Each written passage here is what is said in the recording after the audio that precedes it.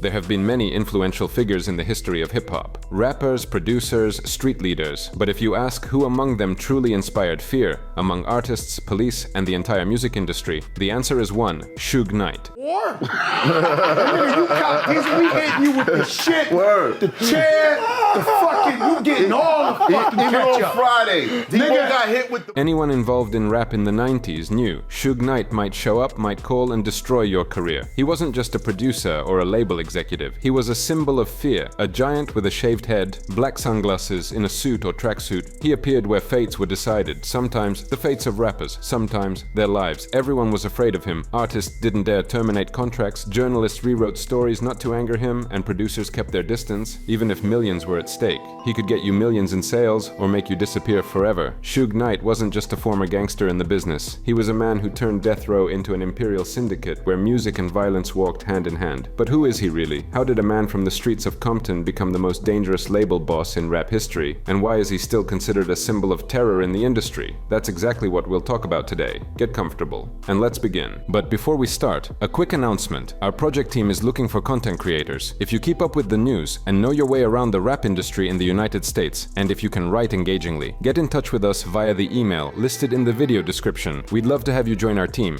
Payment details will be discussed privately.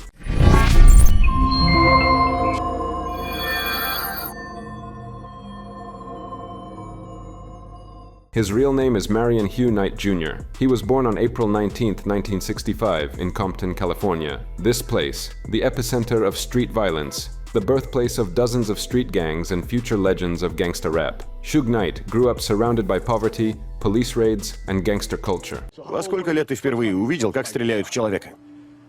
Мне было 5 или 6 лет. Он решил поставить тех парней на место, понимаешь, о чем я? Он попытался вновь поставить их на место.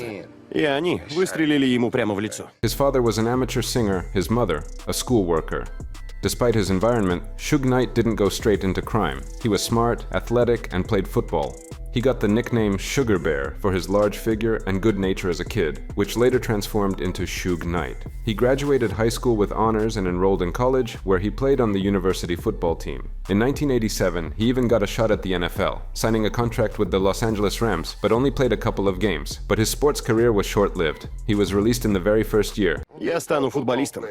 Они мне в ответ: выбери что-нибудь другое, потому что у тебя шанс стать футболистом такой же, как и у чернокожего стать президентом. And that's when he understood the key thing. In sports, you're under command. In business, you're the one who commands. Suge Knight returned to Los Angeles and decided he wouldn't be a player. He would be the one who controls the players. From that moment, he started building his path to power. Through strength, fear, and the streets. Suge Knight's journey into the industry began on the outskirts. He worked as a bodyguard for stars like Bobby Brown and NWA. His massive figure, calm voice, and flawless composure quickly earned him respect. But to earn that respect, he had to spill a lot of blood. Покушение на убийство, угон автотранспортного средства, незаконное ношение оружия. Какие-то ублюдки украли драгоценности. Часы, цепочки. Черт, я устрою настоящий Комптон этим мудакам. But Suge Knight didn't want to just be security. He was ambitious, smart, and ruthless. He began promoting artists, buying out contracts, negotiating with producers. His methods were unique. He began offering his services to young artists, including little-known white rappers. One of them was Vanilla Ice. Soon the artist released the hit Ice Ice Baby and shot to the top of the charts.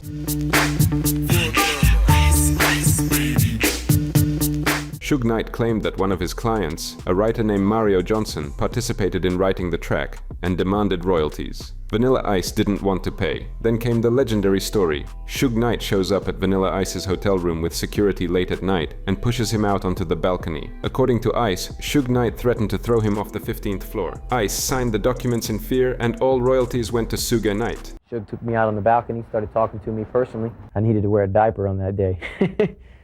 I was very scared. Van Winkle says Suge Knight told him to sign over points from the song to a man named Mario Lavelle Johnson. Vanilla Ice later denied this, but the royalties were indeed transferred. He was ruthless. You either agreed or you jumped, Vanilla Ice said in an interview. This episode was the first time Suge Knight used force not just as a threat, but as a business tool. From that point, his working method became well known. Pressure, intimidation, blackmail. After the success with Vanilla Ice, Suge Knight decided it was time to stop managing other people's careers. He wanted his own label, and in 1991 he founded Death Row Records, together with Dr.Dre and attorney David Kenner. Мы собирали таланты с улиц. Ребята, у которых не было возможности себя проявить. Молодежь со всех ближайших районов получит такую возможность.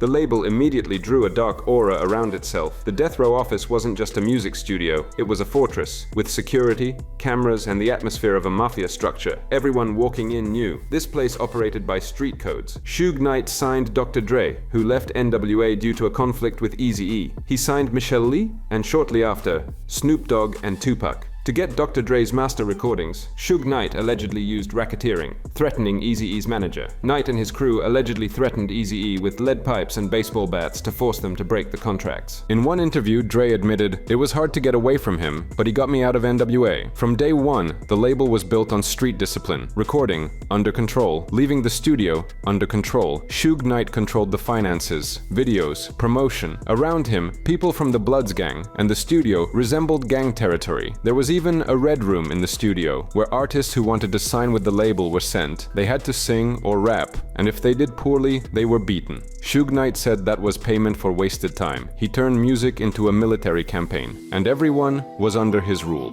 Death Row took off immediately. The album The Chronic by Dr. Dre was a revolution. A year later, Snoop Dogg released Doggy Style and became the best-selling artist of the year. Death Row became a symbol of the West Coast and gangster rap. Suge Knight never hid his connection to the mob Peru street gang, one of the factions of the Bloods. But few knew just how deep it went.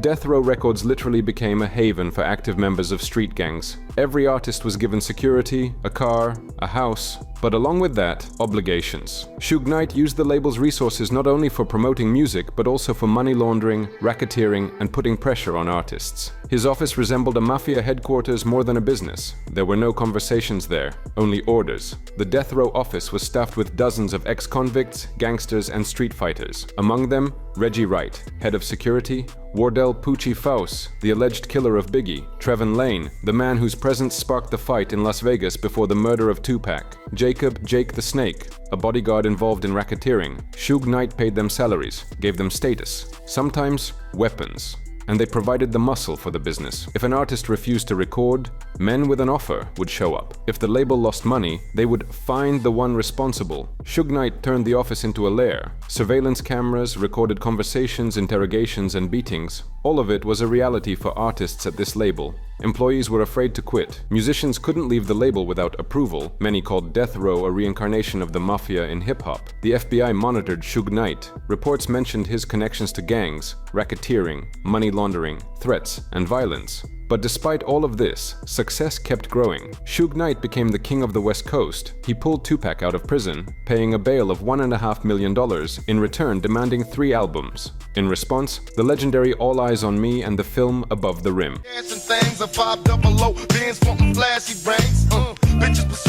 Suge Knight was personally present on set, dictating who would appear with whom, what lines to write, and who to invite for the music videos. MC Hammer signed a contract with Death Row in 1995. He was assisted on his first album by Tupac himself.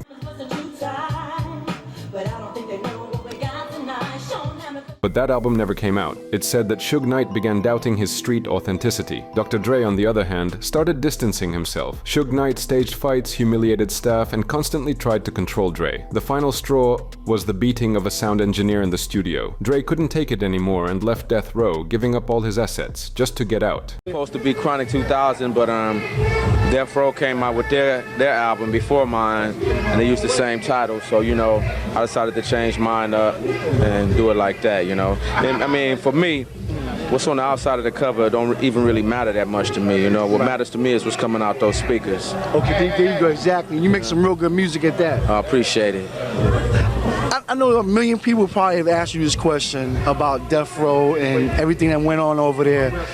Did you, from when you first started Death Row, did you feel that everything that went on would go on? I'm not even talking about just the positive, because there's a lot of positive music that came out of that whole Death Row experience, but just the way everything ended over there. I mean, when we started it, it was just like a big family thing, you know what I'm saying?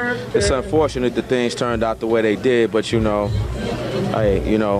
nobody knows what the future holds. Exactly. And I'm just trying to move on with my life, keep it positive, and make a positive future for myself. But very soon, the whole world would be talking about the label. September 7th, 1996, Las Vegas. The story is as old as time, but every time the details are re-examined, it sends chills down your spine. Suge Knight and Tupac are driving in a black BMW. They had just beaten up a Crips member, Orlando Anderson, in the hallway of the MGM Grand Casino. It was caught on camera. Later that night, at an intersection, a white Cadillac pulls up to their car. A window opens, followed by a burst of gunfire. Tupac is hit by 4 bullets, and Suge Knight receives shrapnel wounds. 6 days later, on September 13th, 1996, Tupac dies in the hospital. And of course, rumors immediately begin to spread and theories begin to form. Why wasn't Suge Knight sitting right next to him harmed? Why wasn't the car chased? Why has no one been convicted in 27 years? Half a year later, on March 9th, 1997, Biggie Smalls is killed in Los Angeles. Many claim that Suge Knight was behind both murders. Revenge, coastal war, influence, fear of losing power. Documentaries like Biggie and Tupac, Murder Rap, Unsolved, all in one way or another point to Knight as the one who ordered Biggie's murder. Former detective Russell Poole speculated that Suge Knight killed Tupac before he could break his contract with the label and then conspired to kill Biggie to divert suspicion from himself in the case. According to the theory about Biggie's murder, Knight, criminal Amir Muhammad, along with the police chief and the Los Angeles Police Department, conspired to kill and cover up the murder of the rapper. This Biggie theory became the basis of a lawsuit by his family, the Wallaces, against the city of Los Angeles for $500 million. The key source of information for this theory was Kevin Hackey. He was a former death row employee, specifically a bodyguard for Tupac. He said he knew about the involvement of Knight and LAPD officers in the murder case. His information was used by the Wallace family in their lawsuit against the city of Los Angeles over Biggie's death. But there is no direct evidence, only rumors, anonymous witnesses, and fear.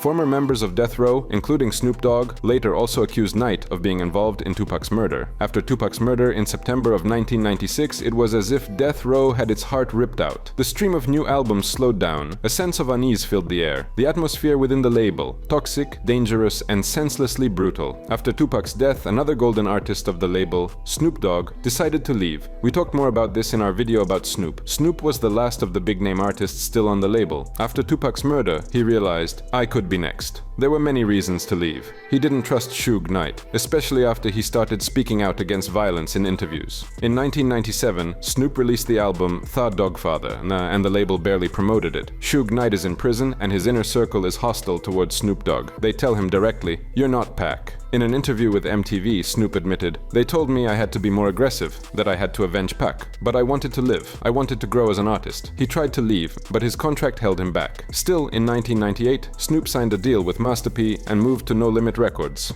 Like other artists, Snoop said that all his property was registered under Suge Knight's name, that he was constantly being monitored, and that he felt like a puppet, not an artist. All my cars was in Suge Knight's name. Wow.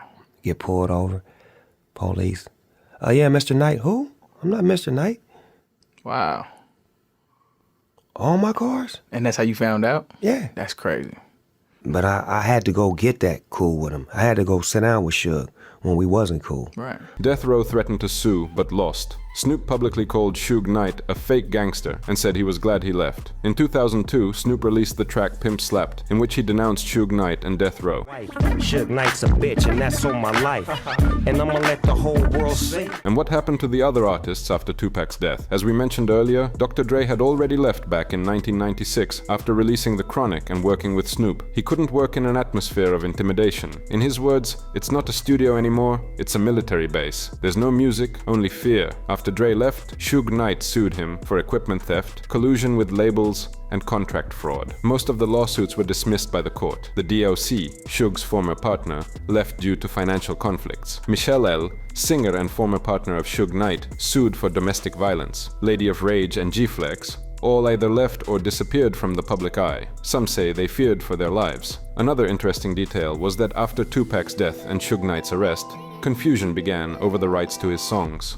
By contract, everything Tupac recorded under Death Row belonged to the label. The label's building was searched, and the IRS and court officers seized documents, hard drives, and studio materials. And several boxes of master tapes were found to be missing. Part of Tupac's archive surfaced on eBay 10 years later. Unreleased verses, alternate takes, fragments were being sold. To this day, no one knows how many songs Tupac recorded and what remains under lock in the hands of former employees or street intermediaries. Many fans believe that part of the catalog was secretly sold off to pay Suge Knight's debts. So what happened to the label in the end? In reality, nothing good. The former success and millions of dollars evaporated as if they had never existed. The label fell apart. By 1999, Death Row was a bankrupt, dead structure. The office stood empty, and the label's buildings were put up for auction. Yet despite this, Suge Knight continued to act like a boss. He threatened Snoop's former manager in a radio station hallway, beat a driver in the studio, staged a raid on an Aftermath launch event, tried to reclaim a share of the rights to the Chronic, but failed, and sued Interscope for illegal asset seizure. He still believed that in this game, he was the main player and everyone else were just pawns needed to make more money. He never saw artists as people. He was good at winning over young rappers, easily gaining their trust, but it was all a mask hiding someone very dangerous and terrifying. By 2005, Suge Knight had over $100 million in debt. He owed money to the families of assaulted and injured employees, lawyers, former producers, and office landlords. Death Row officially filed for bankruptcy in April 2006. All assets, including music, equipment, and the logo, went under court control, and in 2009 the rights were bought by the company Wide Awake Entertainment, later E1, and eventually, in 2022, the label was acquired by Snoop Dogg. After Death Row's collapse in 2006, Suge Knight effectively lost his status as a producer, but he didn't stop being a problem for the law. From that moment on, his name appeared more often in police reports than on the charts. Each new case made his image darker. A gangster who couldn't stop. In 2003, Suge Knight was arrested for beating a valet outside a Hollywood nightclub. Police said he struck the victim in the face multiple times and threatened to shoot him. The case was closed a year later after a settlement was paid. In 2008, he made TMZ headlines after being beaten by his girlfriend in Las Vegas. However, he was later arrested himself when it was revealed that he tried to strangle her in a car and threw away her phone to prevent her from calling for help. The woman stated, "He always settled things with fists, even if you're a woman." He was charged with domestic violence, making death threats, and unlawful imprisonment. In 2012, Suge Knight filed for personal bankruptcy, claiming debts of over $137 million. The financial empire of Death Row vanished. Suge Knight had no real estate, no income, no assets, only lawsuits. In August of 2014, Suge Knight was shot 5 times at Chris Brown's MTV afterparty. At first, it was believed he was the victim, but later, footage appeared showing him arguing with security and behaving aggressively. And of course, the year 2015, the most significant case in Suge Knight's life. On January 29, 2015, he arrived at the set of Straight Outta Compton, where he got into an argument with Clee Bone Sloan, a former gang member. A fight broke out in the parking lot. Suge Knight got into his Ford pickup and ran over 2 men. One of them, Terry Carter, died. Suge Knight claimed it was self-defense, but the prosecution stated it was intentional murder. The prosecutor presents a video showing him first reversing and hitting Bone, then driving forward and killing Carter. The investigation lasts for more than 3 years. In court, Suge Knight appears visibly nervous, changes attorneys 15 times, threatens witnesses and judges, and even passes out in the courtroom once. The problem is still the blood clots to the lung, but it's really... And so, the legal battle that lasted over 3 years came to an end. Instead of the life sentence that Suge Knight initially faced, the verdict was 28 years in prison, 22 for intentional manslaughter, and 6 for being a repeat offender. The judge adds, "You turned fear into a weapon of power, but now the law does not fear you." After the sentence is read, Suge Knight casts a dead stare at the jury. 5 years in state prison for a total unstayed term of 28 years.